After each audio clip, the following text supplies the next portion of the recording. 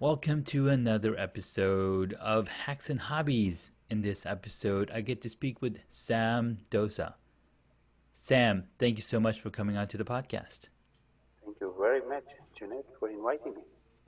Absolutely. So, Sam, it's been really good knowing you. We met through Matchmaker.fm, which is an awesome little platform, and then we had a intro call a couple of weeks ago where we got to learn about each other and what you've been doing with your professional life and where you're coming from, and it was really good knowing you. It almost seemed like we had parallel backgrounds or parallel you know, task or what we did in our life and where we started from and where we ended in. I mean, you're in the UK, I'm in the US. So tell us a little bit about yourself and, introduce yourself to my audience. Sure. So, my name is Sam Dossa, and I'm originally from Pakistan and been living in the UK for the last 24 years now. I left my country in 1996 and joined my first wife. We started a journey here in the UK, and it was quite a new transition for me, coming from a culture which was a completely different domain. Mm-hmm. I was lucky working in Pakistan because I was working for international companies. Yeah. I met quite a few expatriates over there who had actually told me Mm-hmm. how's the world life like in different countries. And I thought, well, that might be another experience or adventure for me. So when I arrived, it was it was a completely different adventure. I would say I would not change for anything, Yeah. but it opens my eyes. I because my background was IT, and I luckily found a position in 2 weeks' time to coming to UK. So Mm-hmm. my journey started on the journey of working in a company, and then I progressed from there to another ventures in regards to upgrading my skills, upgrading my qualifications and everything. And I managed to enter into a very big organization like British Telecoms, where I Mm-hmm. worked for 10 years. And I reached to that level of managerial positions, moving into a couple of other places. And since 2007, have been on the journey of doing coaching, youth coaching, accelerated my own learning in regards to counseling and psychometric assessments, Mm-hmm. working in corporates with regards to a couple of other things. Did my what I call it service in schools where I taught CV writing skills as well Mm-hmm. as interview skills. So I'm here today, and I'm still serving in a sort of a schools in a different platforms. But I'm also a public speaker and emotional intelligence coach. So that's Sam Dossa. Well, thank you so much. That was very um, brief and very concise on how you started your journey and took about your way, like what inspired you to come to the UK besides that it was a different country. Well, as I said, I got married to a British national, Hmm. and that's why I moved to Great Britain. Okay. So that was my journey started. Um, my plan was to go to Canada, but destination was decided to be in the UK. So I'm Nice. here. Very cool. So tell us a little bit about the your coaching and how what inspired you to become a coach, and you're a business and heart transformation coach. What inspired you to take to that um, area of expertise rather than sticking to IT? And I know business is, IT is involved in business, but what was the turning point? Well, within IT, I was also dealing with customers, dealing with my own teams. So element of mentoring and coaching was already there. I've been doing a lot of community service where I was doing mentoring sessions as well, Mm-hmm. and I was helping a lot of young kids and also teaching in sort of what I call it religious schools in the on Saturdays. So Yeah. that sort of journey already began for a long Mm-hmm. time ago, and I worked with my business partner with whom I started a charity Mm-hmm. called Empowering Youth as well, which was running in London, and we place ourselves into community where we help vulnerable children who were being secluded from the classes. So we were being given this opportunity to go in there, spend some time with them, give them some skill sets like listening and talking to us about their own journey, why they are finding this difficult to be in the school or in the classes. So we have gone through with them some great work, doing counseling, coaching, mentoring, artwork, Mm-hmm. mindfulness. So there are so many things, so many tools we use, and that helps me to understand this phenomena of the physiology and psychology of human beings. And I found that very rewarding when I'm helping others in terms of supporting them going from A to B or B to C or D or Z. So that journey started in 2007, and I Yeah. continued on the part-time basis. But as we all said, when you are left brain and then you are trying to come into a sort of a right brain, and they are trying to collide it together. But I found this marry quite smoothly for me Mm-hmm. because I had this sort of feeling to connect to people very easily. Yeah. And my daughters, I'm a proud father of three daughters, Mm-hmm. and we have sort of places where we go and serve, and everybody intend to know me. And my daughter used to say, Daddy, everybody knows you over here. And I'm very humbled that people look at me and seeing that I'm just serving. So Mm-hmm. people aware of my name in sort of a community. That's really awesome. And so you're working with a lot of young adults and training them and talking with them on what it takes to be a better human being. I'm guessing right. How to Yes, be somebody that can provide value to the community, be a productive member of the society, so forth and so forth. And I think that's where mentorship comes to, right? So when you find a good mentor and you try to follow suit, and it reminds me of when I was growing up in the U.S. when I moved out here. hmm I wish I had found. I mean, sure, you have mentors in family, you have mentors in your parents, mentors in uncles, and they'll guide you only to a point where they've gotten to, right? And they can't tell you anything past that level. So from that perspective, I learned a lot from them. And then I always looked at, okay, who can I learn more from? And the internet was very new, and there was very limited.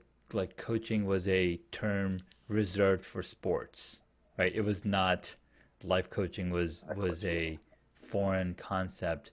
It all came down to, oh, you want to go see a shrink, you know, Yes, that's not coaching, right? But that's trying to find that awareness in you. So I wrote a letter to my 20-year-old self, when I turned 40, and like, okay, these are some of the things that I would seek out. Like I would tell you to go out and seek, go into your passion, find a mentor, find a role model to mimic after.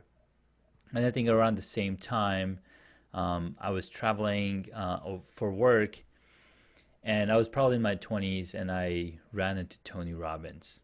He had an infomercial out, 3 a.m. at night, and I'd have the TV on at this hotel, and I'm watching him talk about all of this personal power, and I was just fascinated. I was like, oh my God, I've been looking for this guy for all my life.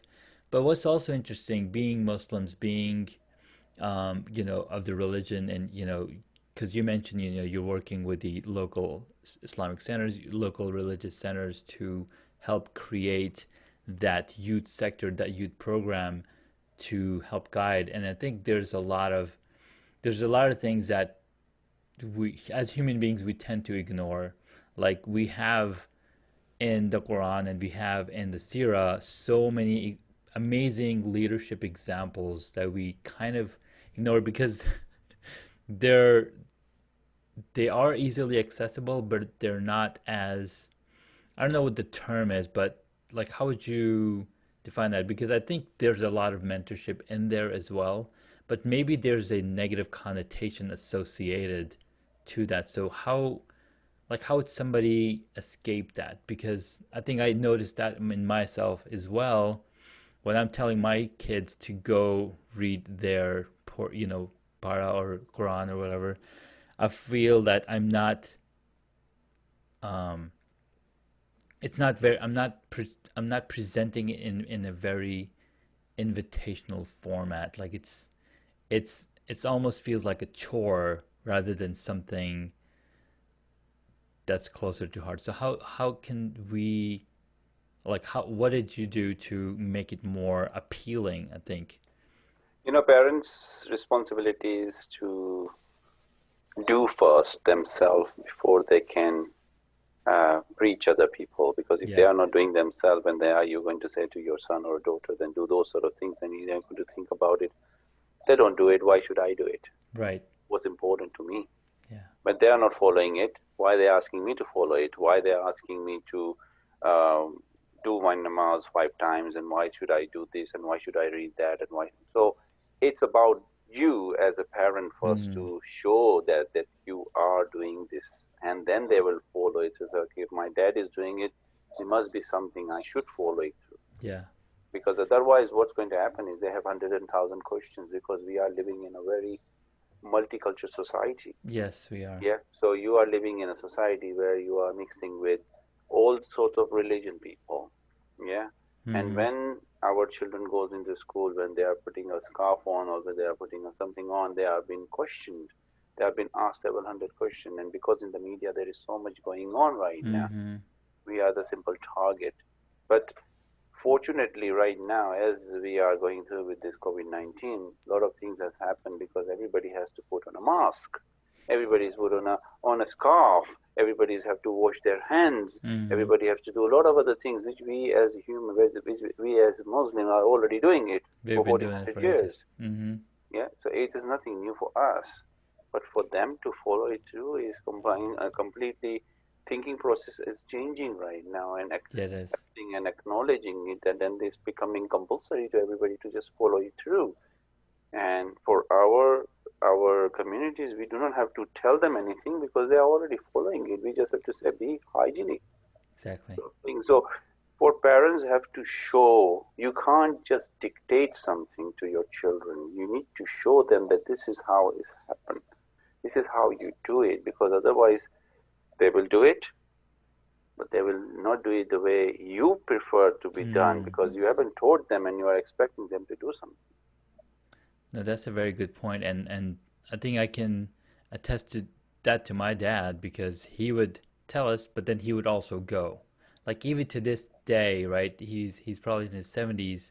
Whenever I go and visit, he's up at five. He's up at 4 a.m. going to Wow. the mosque to do the Fajr prayer, right? So Hmm. he's doing those things. He's knocking on the door like, guys, get up and pray. So all my life I've seen him do that, so I've become practicing because of that. I think one of the things that and that this whole conversation about you do and then before you preach, you practice before you preach comes down to and following your parents. It comes down to the time of the prophet when he was preaching and all the people were like, why should we do what our parents didn't do, right? So Yes. so that's the mind shift part of the thing. Like, okay, why should I do it when my parents didn't do?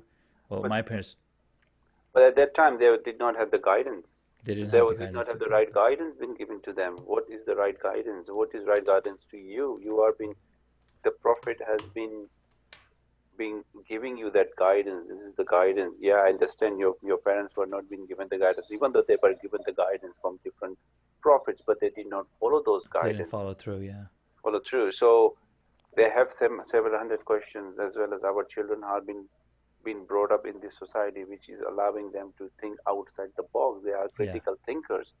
We are not back home where your father said to you, Junaid, sit down. So you sit down. Here, you said to your daughter or son, sit down, and says, why? Why should I Why? sit down? I don't want to sit down.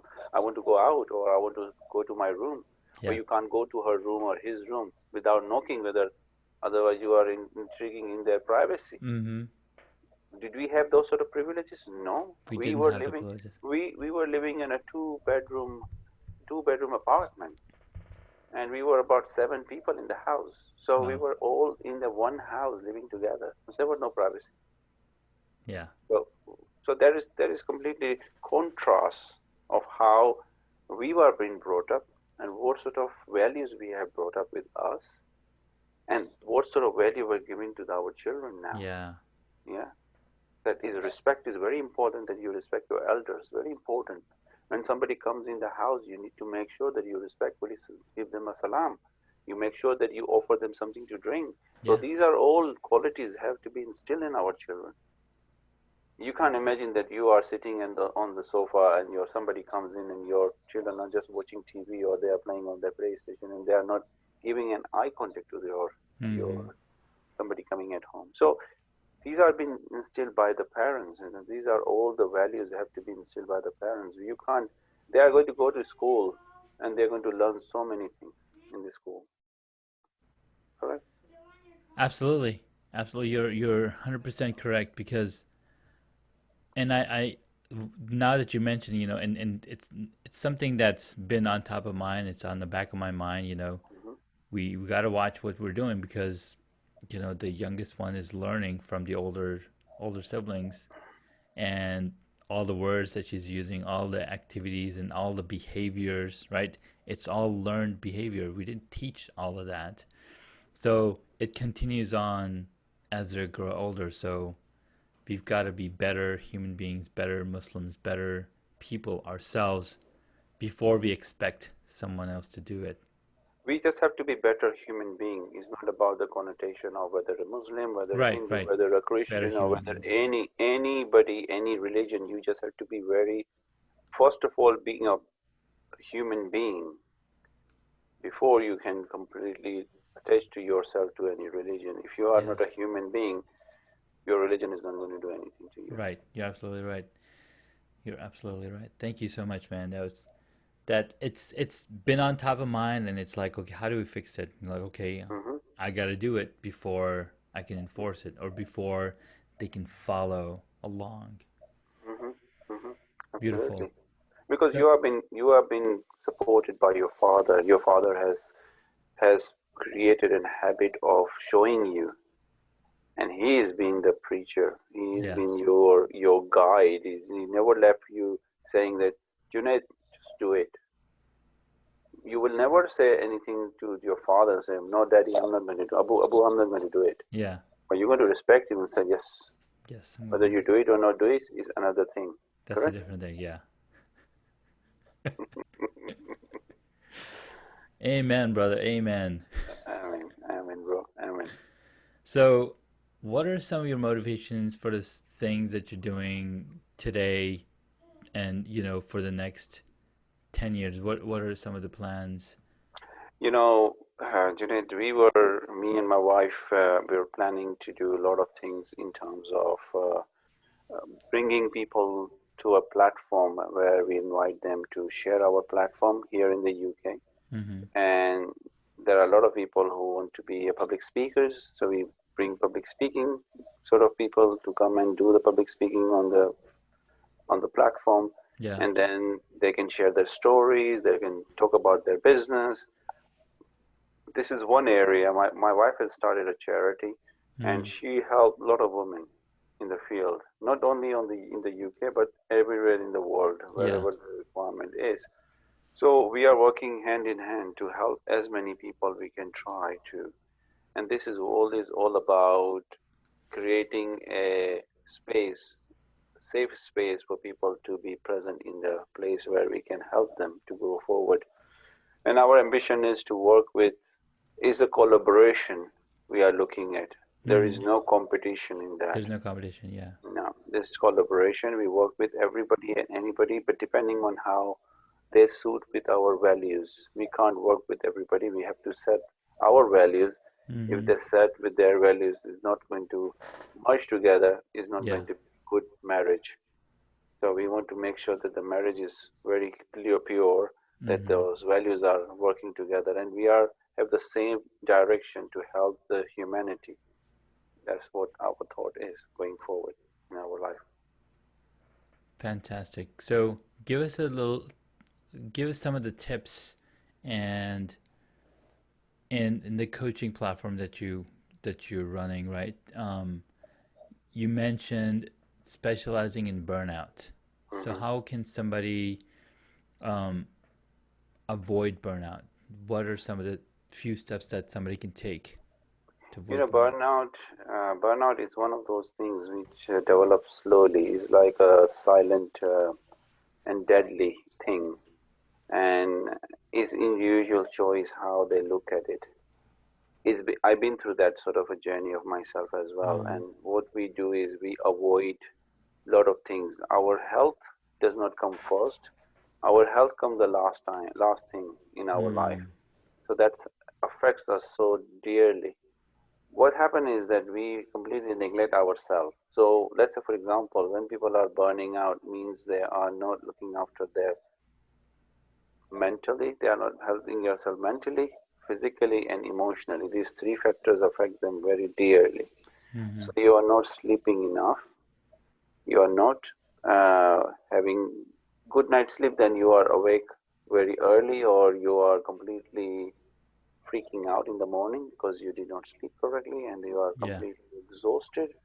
So your brain did not drain any toxin. Your brain still got toxin which is going into your bloodstream now. Oh wow. So when they're going into your bloodstream, you can imagine what sort of damage is going to do for your bloodstream. So everything is going into your bloodstream, and you started having anxiousness, panic attack. If somebody says something to you, you get really angry for no reason. Yes.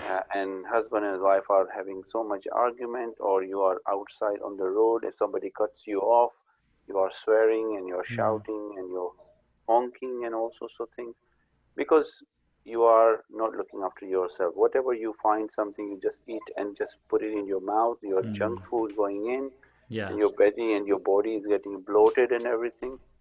And emotionally, you are not talking to people correctly, because people think that he will snap if I'm going to talk to him, or I will talk to her, she will snap on me. Yeah.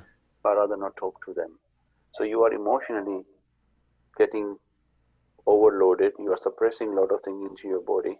And what is going to happen is your body started to shut down certain areas, and you become chronic fatigue in your Mm. body. And one morning you will not be able to wake up, or you will not going to get up from your bed. Yeah. And then you call upon a doctor, and doctor will say you need to rest for next 6 months, mate. You haven't slept enough.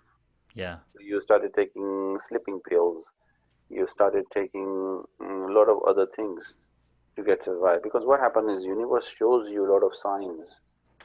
Yeah, if you don't drink enough water in a week, what happens? Your urine will be very yellow. Very yellow. Yeah. Correct. So it says to you, drink water.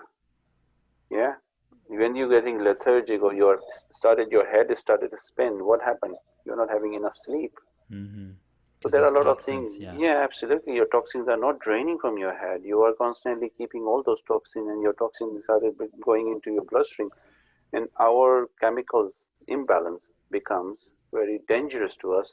Mm-hmm. For men is a little bit less, but for women is more higher if they goes through, because their chemicals are different from our chemicals. So you Yeah. can Yeah. imagine the toxin comes into their bloodstream, their hormones goes up and down, they can't Mm-hmm. understand what's going on, they started having flushes coming to your body, they started to have spots on their skin, Yeah. their hair started to lose. So there are a lot of complications to start, and that chronic fatigue Yeah. destroy them. To get rid of those sort of things, one has to start doing mindfulness. And the irony is we have 24 hours, We. 824,000 seconds. We don't take out 10 minutes to do mindfulness. Yeah. 10 minutes. If you can't take out 10 minutes for mindfulness, go into the nature, sit in the nature, breathe fresh air. Just sit, you don't have to do anything. You know, we are lucky as a Muslim, we got 5 times. We go into sajda, That's right. yeah?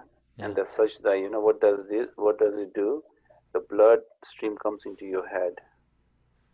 It refreshes everything. Hmm. So that's the beauty of that namaz. But again, you need to be mindful of yourself, your body, and your awareness and everything. It requires you to be congruent with yourself first. You can't help others if you can't help yourself. Yeah. That's impossible. So the step is very easy. Enough, plenty of water, enough sleep, and then good food, right time. Sit in mindfulness, and then if you go through some uncertainty, you need to speak to somebody and talk to somebody. Doesn't matter whether he's not. If your boss is not listening, you talk to your friend. If Hmm. your friend is not listening, you hire somebody. Yeah. Your your health is your wealth. Amen. If Yeah, you that's true. If you're not healthy, you're not wealthy, because Yeah, then you're not alive. absolutely. Wow. You are completely destroyed after that because I remember this guy was telling the story about this. He worked for 80 years.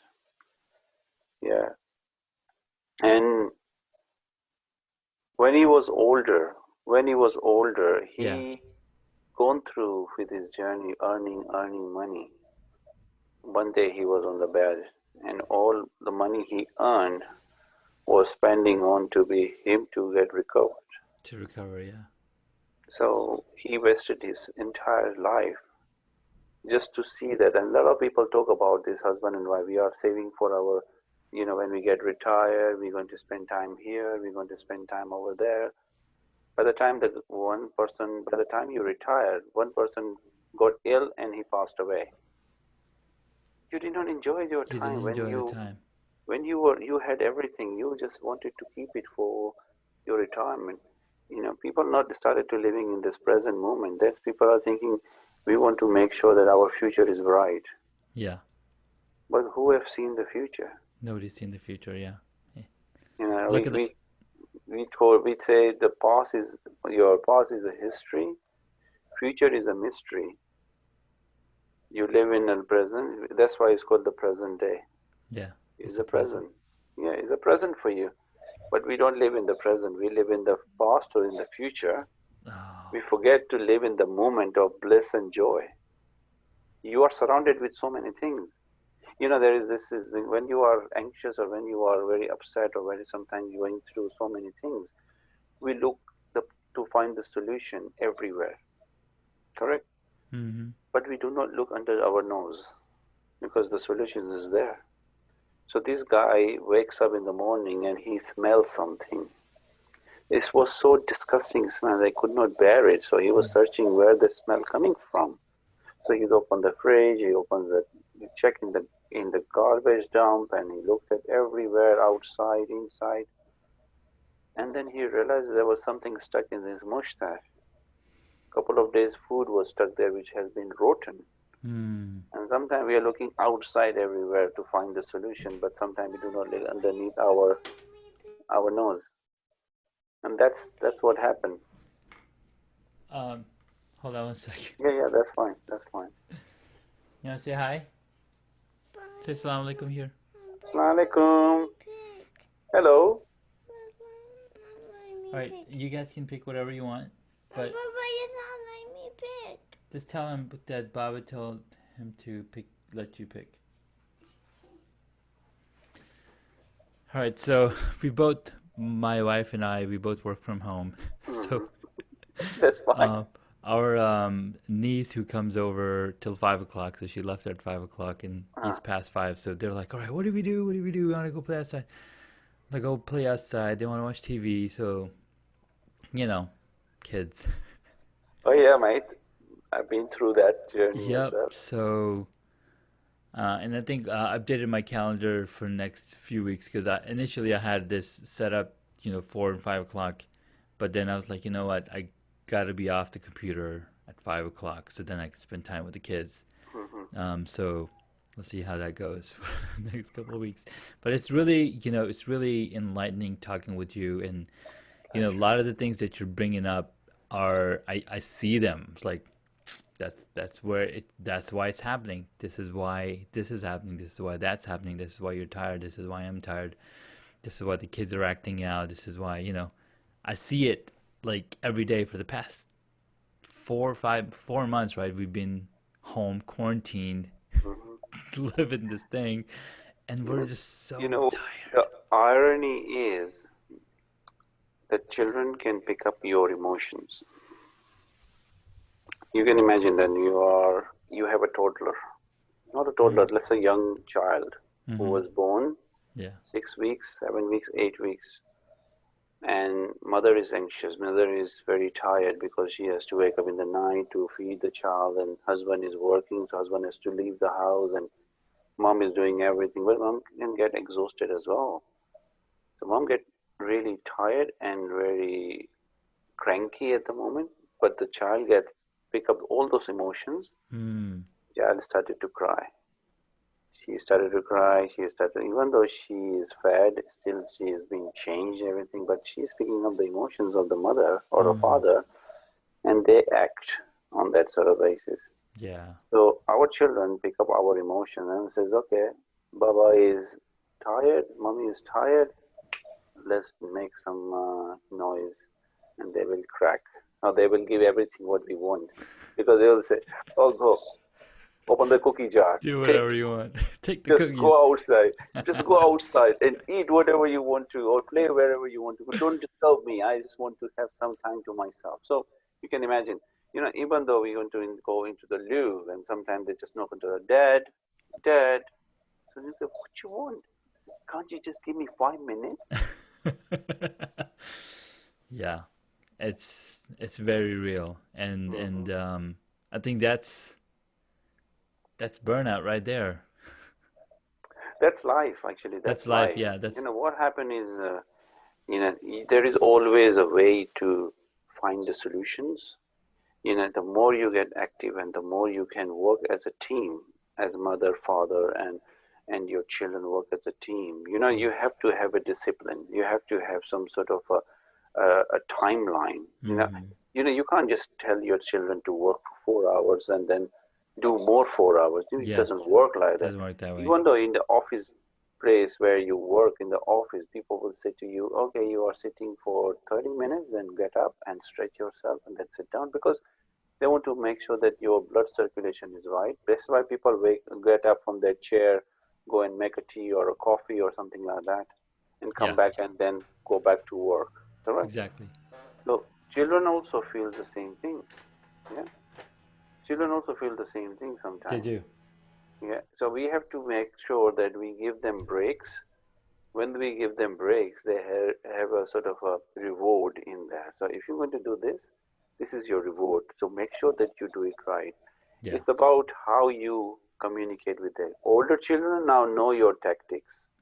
Yeah, younger children, you can still mold them, but older children have a different way of talking to them, because yeah, they love their gadgets, they love their other things, which they will say, Abu, buy this, or Mom, buy this, and I say, well, first of all, do this, then you will get this.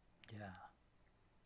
Absolutely. No, those are excellent points, and those are things that we're working on. We work with the kids. I'm like, okay, here's the schedule. Here's the things that you're gonna do, right? And then you get rewarded by playtime, by getting good food, getting all this stuff. So today I introduced point system. So okay, we all start with this many points. If you do good deed, you get more points. Do, if you don't listen, you get yelled at. Well, you get those points taken away, and then having that reward at the end of the week.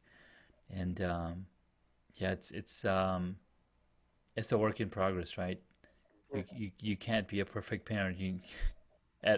Ever. It's impossible. No, because you are not received a manual.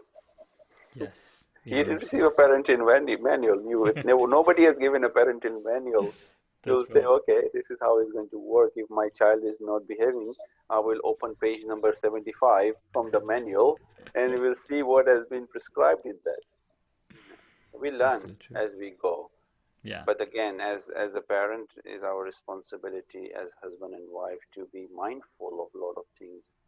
Is also your relationship, husband and wife relationship is very important, that you Yeah. are communicating, you are understanding each other emotions, to looking after your own health in three areas, as I mentioned: your mental health, your physical health, and your emotional health. Yeah. If you are not working together on those three areas, you're going to get burnout yourself, and you feel that, oh my God, you know what? That's enough. Yeah. It's enough. Yeah. Amen. I mean, Absolutely. that's so true. I see it all around.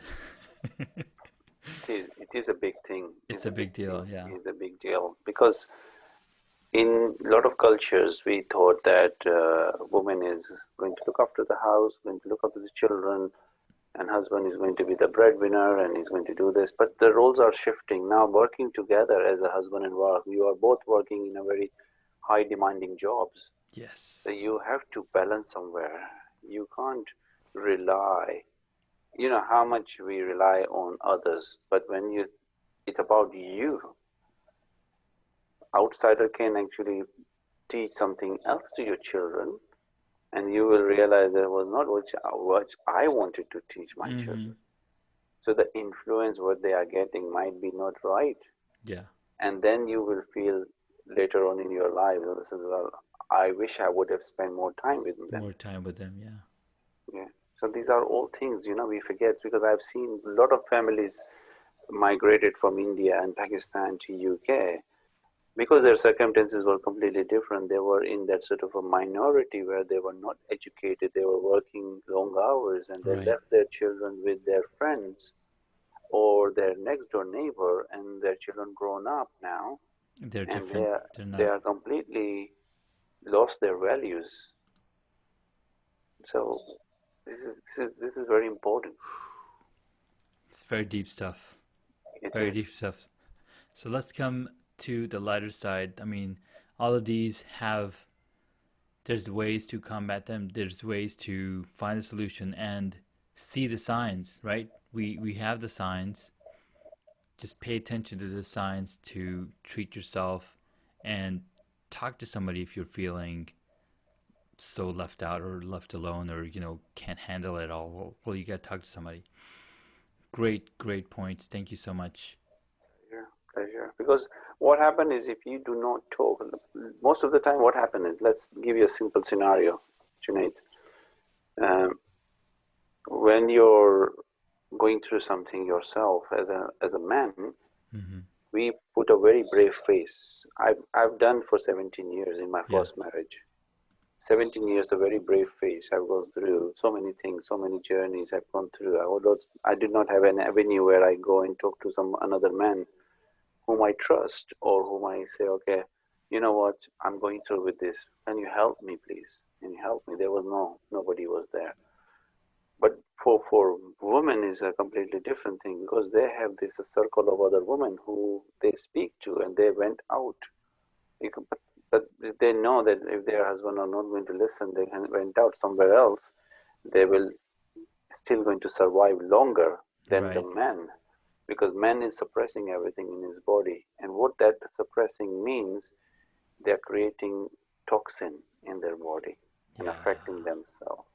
Oh my God. Yeah, so there are a lot of things happening, and that's why is important for husband and wife to have a place of safe talk space where they can talk to each other and say, this is bothering me, this is bothering me, this is affecting me, this is affecting me, and then you say, this is what is happening with me right now.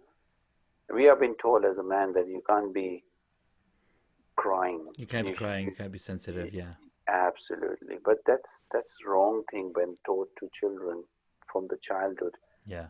We all have emotions, and extracting those emotions is important for your body to recreate something better for you. Yeah. Absolutely. And what we do is we shut down those things. We shut down those things in the younger age, you can't do this, you can't do that. So we use some very negative connotations Hmm. to things, and the children will always think, you want to ask mom or dad, they're going to say, no, why should I bother asking them? Yeah. Yeah. Excellent. Well, thank you so much again. We do have some questions towards the end of the episode. Yes, sure. Let's see what we got. What is one hobby that you wish you got into? Scuba diving. Scuba diving. That would be so much fun. Yes, Being in the that's water, being that's that's in my bucket list at the moment. nice. Yeah. Nice. What did you want to be when you were a child? Well, that's a very good question, because when I was growing up, my father he was not a civil engineer, but he Hmm. was a quantity surveyor, and he was mathematical genius. So he used to write with both hands. Oh, wow. Yeah. But I was thinking of to be a civil engineer, but my destiny was to be in computers. So I grew up. My father never told us, or my parents never put a sort of a labeled us that you have to be an engineer, I have to be Right. a doctor, or you have to do this. This is your life. You designed your life yourself, Yeah. because you have to be happy in your life. So my journey started. I want to be an engineer, but I end up doing bookkeeping, Hmm. and I end up in IT. So I became a business owner in Pakistan, and then Hmm. I came here. I became an IT manager, and that journey continues to help me grow myself and Yeah. then getting into coaching. Nice. Love it. Hmm. What is your favorite movie or TV show? If none, how about a book? So my favorite movie is Mask. Hmm. Uh, Jim Jim um, Carrey. Jim Carrey's, yeah. Yeah. That and there are a lot of I love cartoons. Hmm. Have you watched a cartoon called Phineas and Ferb? Yes, I've seen a little bit of it. Hmm. Yeah. So that one, and then Dora the Explorer. Yeah. So I was watching this with my daughters, and I was Hmm. learning Spanish at that time. Yeah. So, and then these were the things. And then when I watched this animation movies like Kung Fu Panda, Hmm. I see there is a message in there. There's always a message. Yeah. So my children never see the message in there. I said, "Did you see the message?" And I said, "What message?" But because they are in a completely different vibration, they won't see it.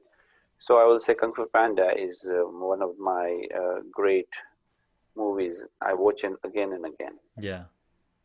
Nice. That's really good. And I like animations too because they simplistic, but they drive that value of morality. One of the I mean Pixar's been doing some really amazing work. If you've seen Inside Out, Oh that yes, movie just out of this world. The way the emotions, all those things. Like it's not black and white. It's a combination, right? So that's what you get at the end of it. It's really cool. yeah. So on that vein, what movie would you choose if you got to play a character in it? That's a very interesting question. Yeah, I will definitely play a role as Jim Carrey in The Mask. Nice. So I can be a very gullible, Mm-hmm. not knowing what life is all about, and trying to be more subtle about it. But Yeah. then when you put on a mask to be mischief and trying to do a lot of things Yeah. which you never get a chance to do it. So Exactly. have a lot of fun after that. Nice. I like it. Yeah, yeah. Who is your favorite superhero? My favorite superhero is that's a very interesting. I used to thought it was Superman, Mm-hmm. my favorite hero, but then I realized that was when I went through my own journey in Marvels and everything. But I love that movie where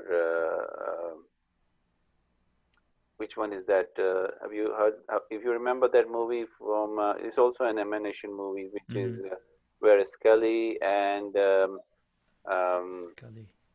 Scully, the big hairy Oh, Monsters Inc. monstering. Yes, so I love that character very much Yeah, because Sully.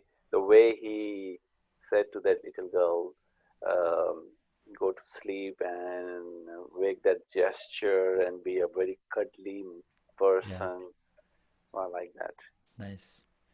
All right, last question. If you were a board game, what would it be? A board game,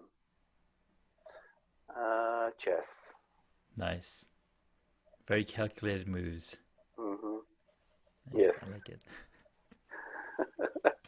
Well, thank you so much, Sam. This was a lot of fun talking with you. Where can my audience find you? So they can find me easily on www.samdossa.com. Perfect. So we'll be sure to include the links to where you're located and how folks can reach you on the show notes. And thank you so much for all the information, all the life lessons, all the values that you shared with us. It's very empowering. It's a good reminder for sure, Look at yourself, be self-aware of what you're doing on a daily basis. How can you make your life more healthier in all the different ways so then you can become wealthy? Thank you so much. Thank you very much for inviting me. Thank you. Thank you.